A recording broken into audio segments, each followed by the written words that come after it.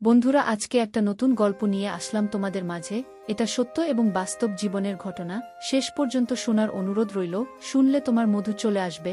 দেরি না করে চলো শুরু করা যাক। শীতের রাতে আমি, আমার বড় আপু এবং তার বান্ধবী একসাথে শুয়েছিলাম। বাড়ি ভর্তি মেহমান, জায়গা না থাকায় যা হল আর কি। আমি, আপু এবং তার বান্ধবী রাতে একসাথে ঘুমানোর পর গভীর রাতে ঘুমের মধ্যে আমি অনুভব করলাম কেউ আমার সাথে এলোপাতাড়ি করার চেষ্টা করছে। ঘুম থেকে চোখ মেলে দেখি আপু এবং তার বান্ধবী মিলে আমাকে যা করল তা শুনলে বন্ধুরা তোমাদের মাথা ঘুরে যাবে। বন্ধুরা, গল্পটি অনেক ইন্টারেস্টিং। আশা করি পুরো গল্পটি তোমরা খুব মনোযোগ সহকারে শুনবে। তাহলে চলুন বন্ধুরা, গল্পটি শুরু করি। গল্পটি শুরু করার আগে বন্ধুরা, তোমাদের নিকট আমার বিশেষ অনুরোধ, দয়া করে তোমরা আমার চ্যানেলটি সাবস্ক্রাইব করে আমাকে সাপোর্ট করবে। হ্যালো বন্ধুরা, আমি আমজাদ হোসেন। আজকে আমি তোমাদের মধ্যে যে গল্পটি বলবো সেটি হলো আমি যখন ক্লাস 9-এ পড়ি। বন্ধুরা, তখন কিন্তু আমার বয়ঃসন্ধিকাল। বয়সের তার নাই, শুধু চোখের মধ্যে রঙিন অনেক কিছু ঘুরপাক খায়। আর নতুনের সন্ধান করি, কিভাবে একটু নিজেকে ভালো রাখা যায়। মাঝে মাঝে বিভিন্ন রকমের ইন্টারেস্টিং গল্পের বই পড়ি। প্রায় আমি কিছু রোমান্টিক গল্পের বইও পড়ি। উপন্যাস পড়তে আমার খুব ভালো লাগে। আর সবচেয়ে মজার ব্যাপার হলো, যদি কোনো বয়ঃসন্ধিকালের কিছু গল্পের বই পাই তাহলে আমি খুব মনোযোগ দিয়ে পড়ি।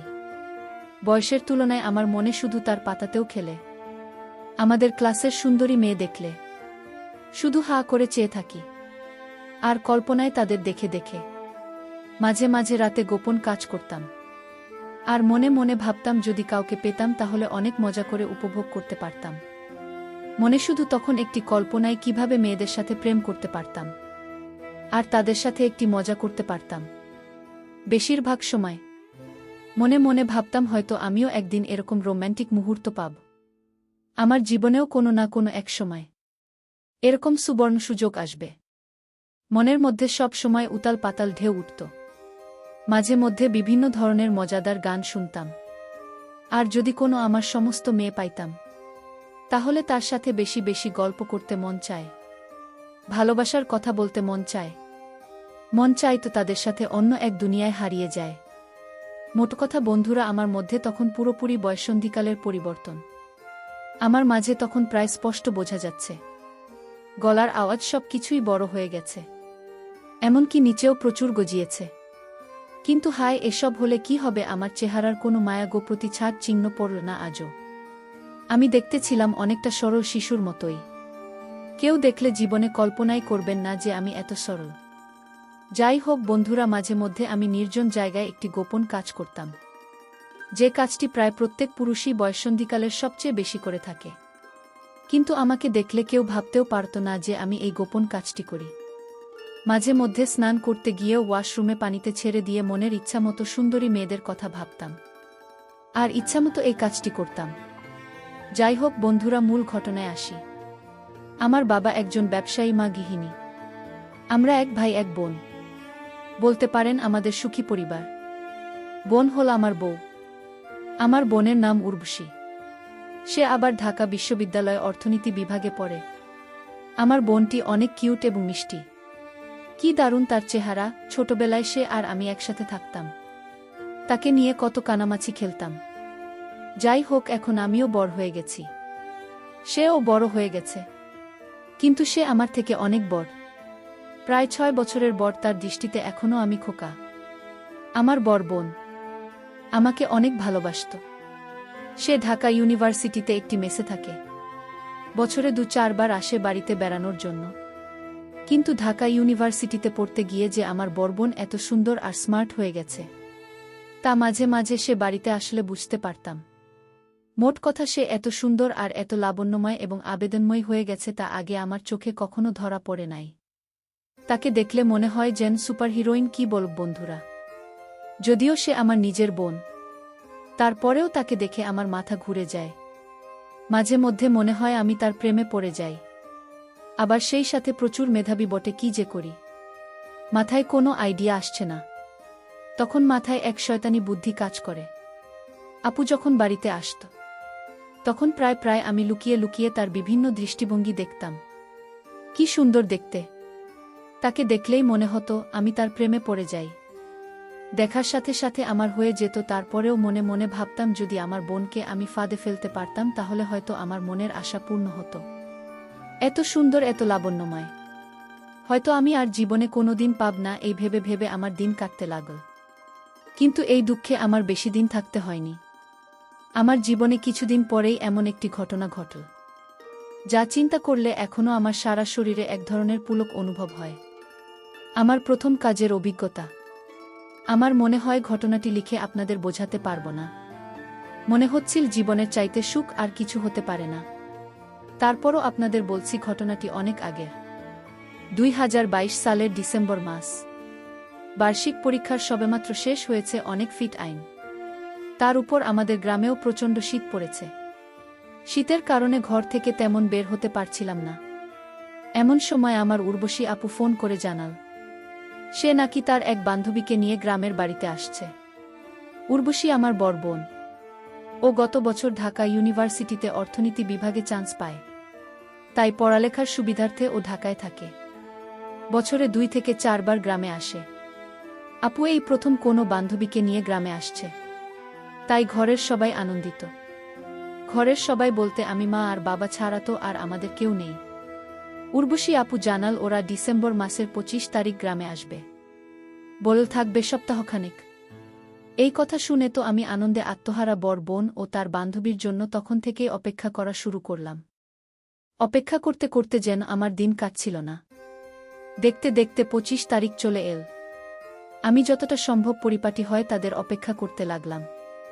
সন্ধে 7টার সময় আপু আর তার বান্ধবী আমাদের বাড়িতে পৌঁছলেন। ঘরে ঢুকেই আপু বলতে লাগলেন, গ্রামে এত ঠান্ডা রে বাবা, সারা গা একেবারে কাঠ হয়ে গেল। একটু বিশ্রাম নেওয়ার পর আপ ও তার বান্ধবীকে আমাদের সাথে পরিচয় করিয়ে দিতে লাগলেন। আপুর বান্ধবীর নাম রামেলা। গ্রামে তাকে দেখার সাথে সাথে আমি আরও পাগল হয়ে গেলাম। সে তো দেখছি আমার আপুর চাইতে আরও বেশি সুন্দরী, কিত আশা চেহারা। দেখে মনটা শান্তিতে ভরে গেল। রামেলা তাই জিন্স প্যান্ট আর হলুদ রঙের সোয়েটার পরেছে। আমার চোখের মধ্যে সবকিছু জ্বলজ্বল করে ভাসছে, কিন্তু সোয়েটারের আড়ালে তাকে খুব স্পষ্ট বোঝা যাচ্ছে। তবে দেখেই বোঝা গেল তার সব কিছুই খুব চমৎকার। আপু মা বাবার সাথে রামেলার পরিচয় করিয়ে দেওয়ার পর আমার কাছে আসলো। রামেলাকে বলল, এই হলো আমার ভাই আমজাদ হোসেন, দেখতে হালকা পাতলা হলে কি হবে, এবার ক্লাস 10 এ উঠবে। তারপর আপুর আমাকে বলল, আমজাদ হোসেন খুব লাজুক ছেলে। আমার বোন তার বান্ধবীকে বলতে লাগল, দেখলাম এলা তোকে দেখে আমার ভাইটা কি লজ্জা পাচ্ছে। রামের সাথে সাথে আমাকে বলল, হোসেন ভাই, আমাকে তোমার লজ্জা পাওয়ার কিছু নেই। আমি তো তোমার বোনের বান্ধবী, মানে বনে তো। প্লিজ ভাইয়া, তুমি আমাকে দেখে লজ্জা পেও না। তুমি আমার সাথে ফ্রেন্ডলি কথা বলবে, তোমার আপুর সাথে যেরকম কথা বলো। আমি হ্যাঁ রোধক মাথা নাড়লাম। এভাবেই রামের সাথে আমার প্রথম আলাপ। হয়তো সময় গড়াল দেখতে দেখতে রাত 10টা বেজে গেল। মা আমাদের ডাকলেন খাওয়ার জন্য। ইতিমধ্যে রামের সাথে আমার অনেক ভাব জমে গেছে। খাওয়া দাওয়া শেষ হতে হতে প্রায় 10টা 30 বেজে গেল।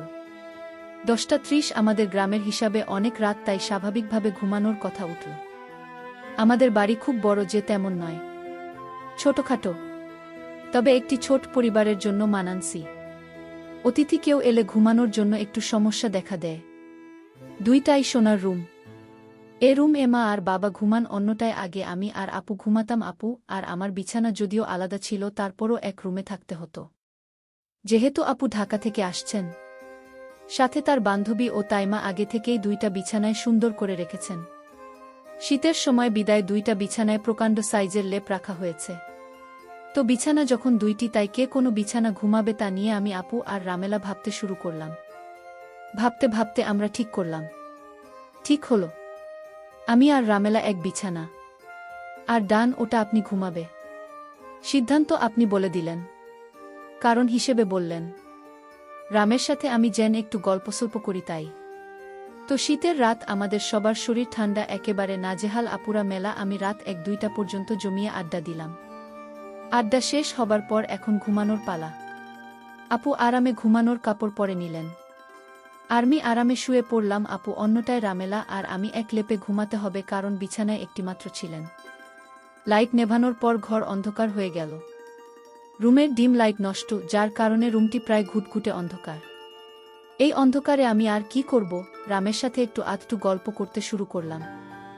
আমরা গল্প করতে করতে হঠাৎ দেখলাম আপনি ঘুমিয়ে গেছে আপুর এমন ঘুম যে তার চোখে জল ঢেলে দিলেও সহজে ঘুম ভাঙে না। আমি হলাম আপুর উল্টো প্রকৃতির। আমার ঘুম সহজে লাগতে চায় না। ঘুমোতে অনেক রাত হয়ে যায়।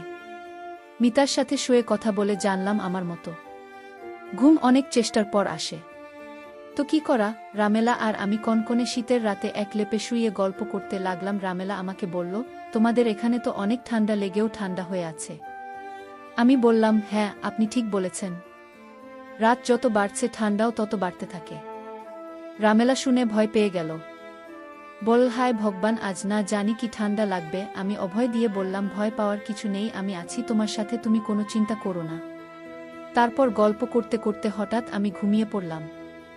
রাত যখন গভীর হল তখন আমি অনুভব করলাম কেউ আমার সাথে মজা করার চেষ্টা করছে।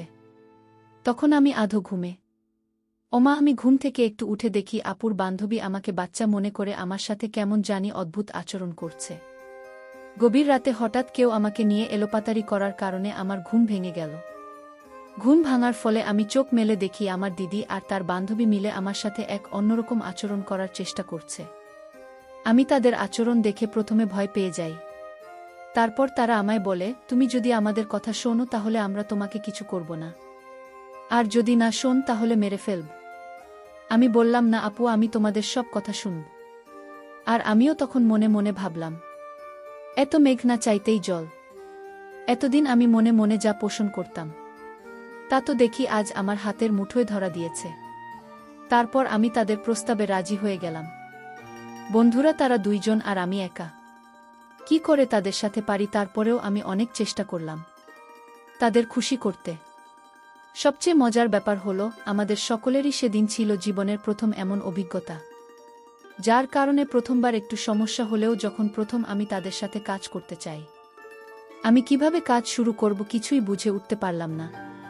তার আপু তার বান্ধবী মিলে আমাকে শিখিয়ে দিল আমি কিভাবে কাজ করতে হবে। তারপর বন্ধুরা আমি একাই আপু এবং তার বান্ধবীর সাথে সারারাত ইচ্ছামতো কাজ করে আমার মনের আশা পূরণ করলাম। তবে প্রথম প্রথম আমার একটু অসুবিধা হয়েছিল, তারপর আমার কাছে অনেক মজা লেগেছিল। তাদের প্রথম প্রথম অনেক কষ্ট হয়েছিল, একটু পর তারা স্বাভাবিক হয়ে গেল। বন্ধুরা, প্রকৃতপক্ষে সেদিনের রাতটা আমার জীবনের স্মরণীয় রাত। সেদিন এত আনন্দ পেয়েছিলাম যা তোমাদের ভাষায় বোঝাতে পারবো না। তারপর বন্ধুরা প্রায় এইভাবে এক সপ্তাহ পর্যন্ত আমাদের হয়েছিল। এক সপ্তাহ পর আমার আপু এবং তার বান্ধবী ঢাকায় চলে গেলে। তবে তারা ঢাকা চলে যাওয়ার কারণে কিছুদিন আমার মনটা খারাপ ছিল। এতদিন তাদের কাছ থেকে আমি যা পেয়েছি হয়তো তা আমি আর কোনোদিন পাব না, এই ভেবে আমার চোখে জল চলে আসলো। তারপরেও নিজেকে সান্ত্বনা দিলাম, যাই হোক, অবশেষে অনেক দিনের ক্ষুধার্তের মধ্যে একটু খেতে পারলাম।